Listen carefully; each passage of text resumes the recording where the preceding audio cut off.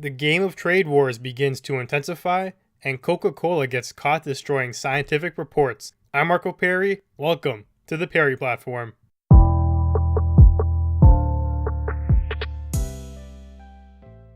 Game of Thrones seems to have found its way into our everyday lives.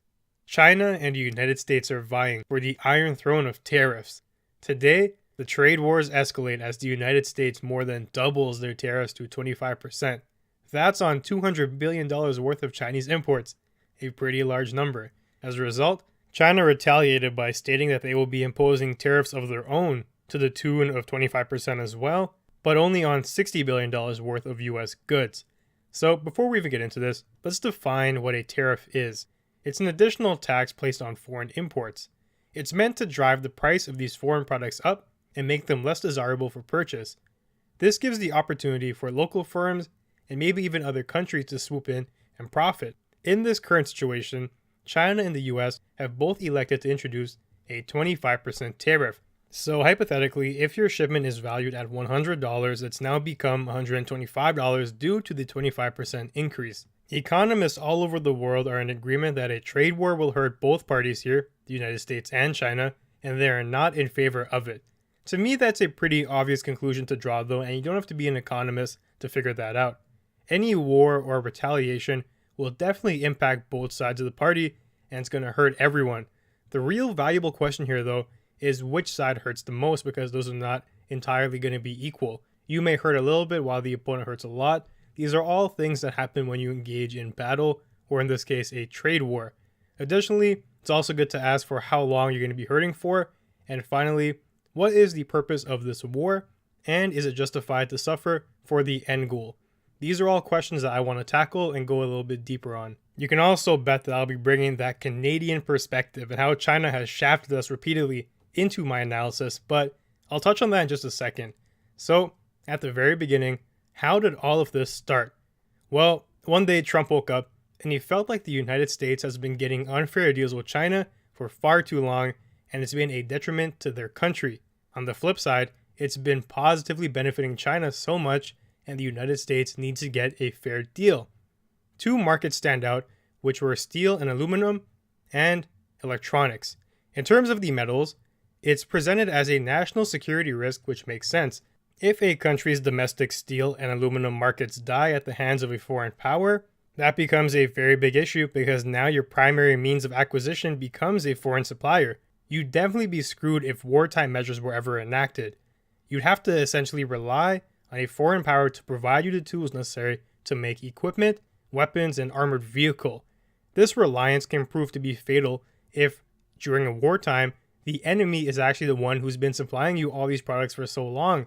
You've developed a tendency to lean on them for supplies, and you lack the capability to produce your own goods. It's a disaster, and your potential to mobilize is now tied to a power you have zero control over, and it can put you in a very precarious situation. The threat is more so amplified when the party you're dealing with isn't necessarily your ally. In this case, that's what happened. China is not a die-hard ally of the United States. It seems like they're more so enemies than anything else these days, so having your, I guess you could call, rival, the person you rely on for metals, is not the wisest thing. As a result, the United States are looking to squash that. Trump issued tariffs on that front to alleviate some of the competitive pressures their domestic firms are facing. To me, this is really only a half measure though, because a lot of manufacturing has, in fact, been outsourced to many places other than China, and that's not the only culprit that we have to tackle here. It seems logical that the broader move here should have been to try and bring back jobs regardless of where they are currently. It doesn't really matter if it's China or India or a different country for that matter. If you want to maintain your steel and aluminum jobs in America to ensure you are prepared for times of emergency and your resources are not tied to that of a foreign power, your main goal should just be to bring everything back then. And that includes protecting your markets, not just from China. So I see where they're coming from with this, but their move is definitely more than just that. It's not entirely to protect their steel industry, because as we've pointed out, it's been melting away from a variety of different places. Despite all of that, you could still consider China to be one of the largest leaks, and targeting it first to put a band-aid on it doesn't seem like the worst possible thing to do in the situation. As a result, you can argue that it's logical Now, the United States putting tariffs on Canada, not so logical, and it's actually counterproductive to what they're trying to do here because Canada and the States are allies. Any war that America's in, Canada will be drawn into as well on their side. Hopefully, if Canada's ever in a war too, America would be on our side. We have reason to form a stronger alliance, and it's perfectly understandable for us to be dependent on each other given our current relationship. Putting tariffs on us is just a middle finger, and it makes no sense. Putting it on China, on the other hand, can be argued to be a sound move. That's a distinction I want to draw here because it's going to come back later when I give my recommendation. The next issue the United States has with China is revolving around the electronics debate. China has been accused of stealing IP and data, along with not having very strict rules in place to protect property rights. Now that's nothing really new. That's been an ongoing criticism of the Chinese government, but it's also a very valid concern, as most tech companies know that going to China effectively signals the death of all their IP. This really is only a symptom of a larger pattern though if you look closely at it. If you've been paying attention to the international relations, it's become painfully obvious that China seems to be playing by their own rules, and they have very little regard for standards. Their go-to move is throwing their economic weight around and crushing countries who are in agreement with them. Look no further than Canada, our home, for an example of that. We extradited the CFO of Huawei, and they've tried to rain down hell on us because of it. Aside from the humanitarian breaches of torture and death that they've administered to some Canadians in China, they've crippled our canola industry and have set their sights on pork and soybeans. They may claim, time after time, that it's not politically motivated and, oh, it's a paperwork issue, oh, we just don't want your products anymore, but deep at the root, you know what they're doing is political. They want to get back at us for turning our backs against China and helping one of our truer allies in the United States.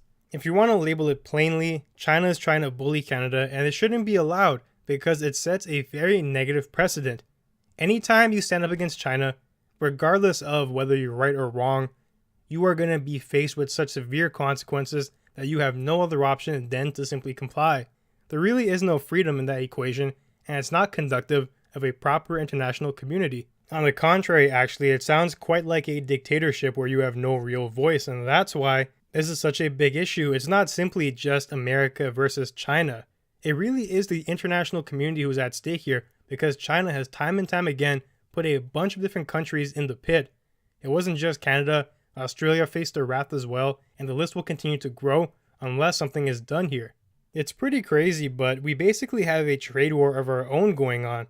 We just don't have the artillery to effectively fire back at them, but the United States does.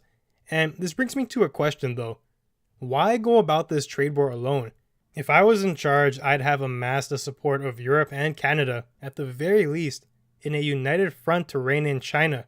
You're stronger with more allies. At this point, it's undeniable that China's been walking to the beat of their own drum, and something really has to be done, or things will continue to get worse. Inaction will be the death of us all. The US alone is going to struggle against China, and that's a testimony to how far China has come.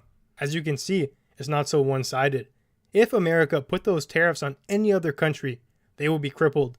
But China has the strength to fight back. They're putting their own tariffs on, and they're still slugging through it. By all means, they're going to be fine. The United States will probably be fine as well. They're both going to take damage, but it's really the battle of the giants here, and it feels like people don't recognize that. China is essentially on a level playing field with the United States. The growth that happened there is astronomical, and I'll probably cover that on a different episode. China's rise to stardom, but currently they're in a position right now where there's very few countries who can actually challenge them. One major factor that's working against the United States though is the fact that elections are right around the corner, and if the economy suffers right now, that will 100% hurt campaigning. It's a disadvantageous situation for countries who are democracies because we have to answer to voters. China has the clear advantage because they are pseudo-communist. They have all the time in the world with no real populace for them to be held accountable to. Because of this, I simply don't understand the Rambo approach. Canada has every reason to retaliate after how we've been treated, and Europe is also an ally here. On top of all this, the trade war is going to affect European and Canadian economies whether they like it or not, so you might as well have some direct sway on it rather than sitting by idly. Now, Trump may have positioned himself in a way where it's difficult to call for support because of the way he's interacted with these countries. The relationships between him and these nations has soured, and that may be why things played out like this. On top of that, you do have the point that I just mentioned of the elections in Canada. It's coming up very soon as well, even sooner actually than America's. So I definitely understand a position of the Prime Minister now wanting to sabotage his name even more so. He's already been caught up in the SNC scandal, and now imagine if he gets involved with China.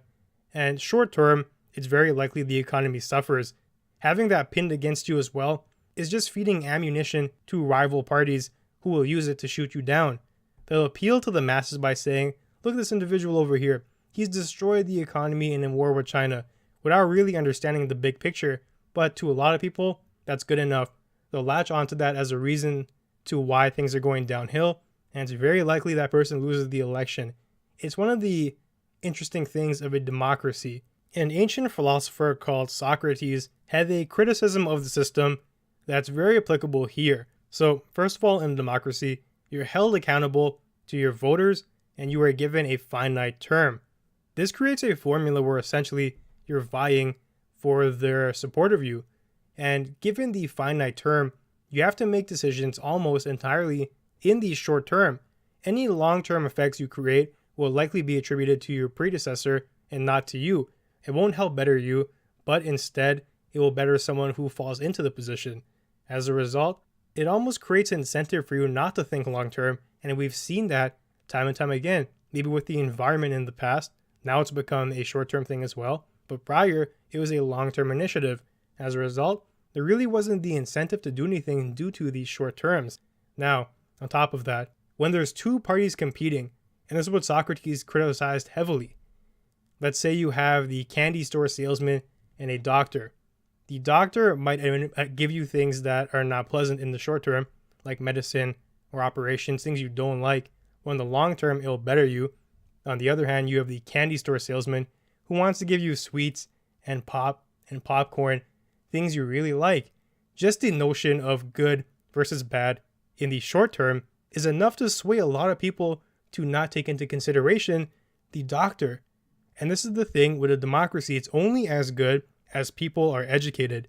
Democracy really is a reflection of the masses, and if you have a mass who doesn't understand a particular situation or a set of values, then it's very likely you get ousted. So the real onus here is on educating the masses to understand what's really happening in politics. A good democracy can only really flourish if you have an engaged populace of people who are aware of situations and issues, and they're willing to vote with more than just their short-term emotions. That notion that I just outlined right now, you can see how it affects the approach to China. People are scared. They want to remain in power, but look at China. They don't have the same limiters. They can act with total freedom because they, as I said, they're pseudo-communists. They're not held accountable. There's no terms. They can think super long-term and do what they gotta do now to make it happen. This is a major edge I have to give to China. They have no timeline.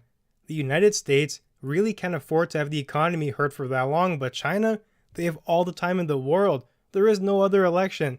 Nothing's going to happen to them unless there's an uprising, which I find to be unlikely right now, because the Chinese populace, if you look at it, they're actually mad at the United States, not China.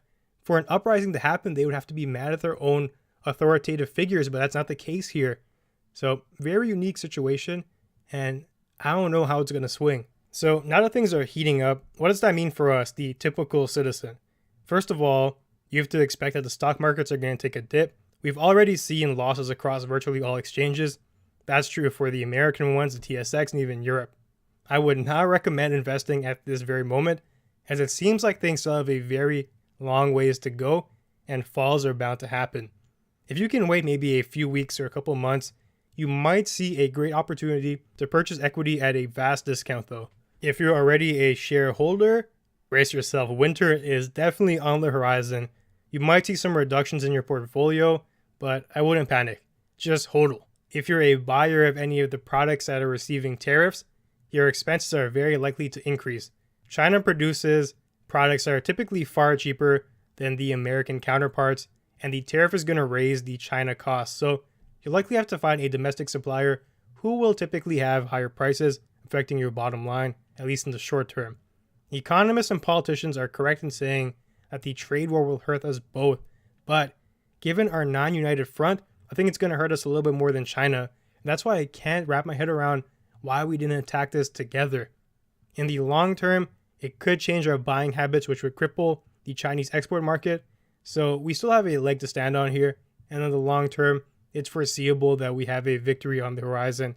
You can really view this as a lose-lose scenario.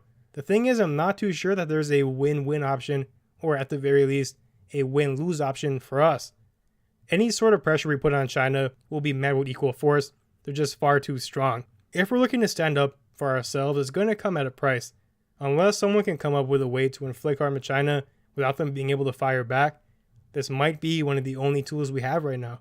So enough about that. Now let's move on to our final story about everyone's favorite drink, not Coca Cola. Coca Cola erases research that they don't like. Wow. Who would have guessed if you have a company funding studies that they will sabotage the results? Shocker.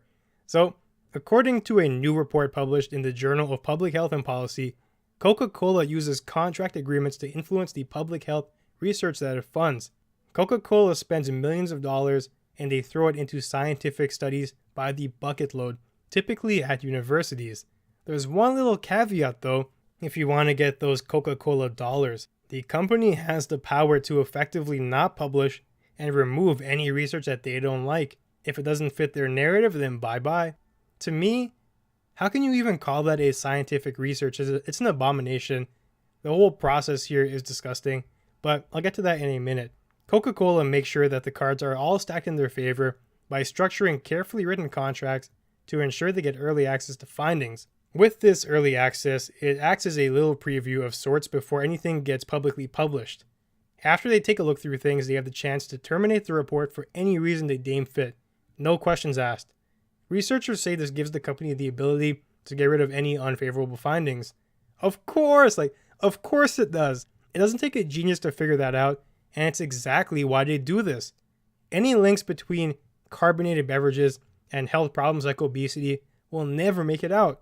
Now this begs the question, why the hell is this even allowed in the first place?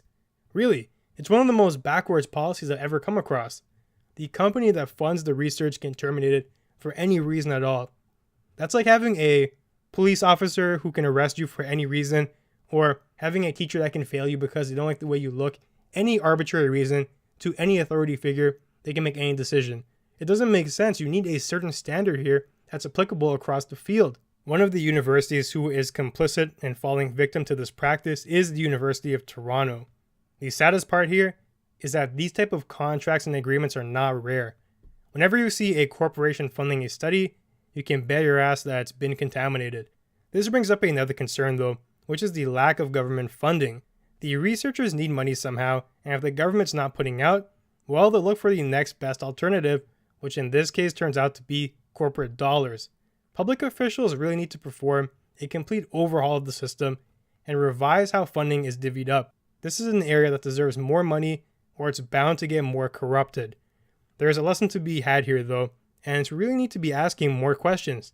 Don't blindly believe everything you see. There's often many layers of things that go into the creation process. If you find yourself reading a report about the mysterious health benefits of Coca-Cola, or how washing your hair in Diet Pepsi will make it regrow, it's amazing for getting bald spots to disappear, for example, and it's from a publisher that sells the drink, aka Coca-Cola, you better think twice.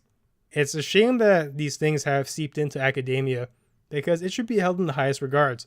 Education, learning, and research. It's really what's propelled society so far in such a short amount of time. In this case, the realm of science. It should either be or not be. Does Coca-Cola have a link to obesity? Is it a hazard to your health? The evidence will surely point in one direction and is bound to be objective. But in the current atmosphere, we've created a room for alternate facts and pseudoscience. There shouldn't really be interpretation in a place like this. It's facts. It doesn't care about Coca-Cola's money. It is or it is not. It doesn't make sense that it can just be bent to the funders' wills. It's contrary to everything research stands for. The solution here is more public funding and less private dollars seeping its way into research studies. It's just breeding room for corruption, and it shouldn't be there in the first place. So, that about does it for today. Thanks for joining me on the Perri platform. If you enjoyed our content, be sure to leave a review and follow us on Twitter at Perri Platform. I'll see you soon.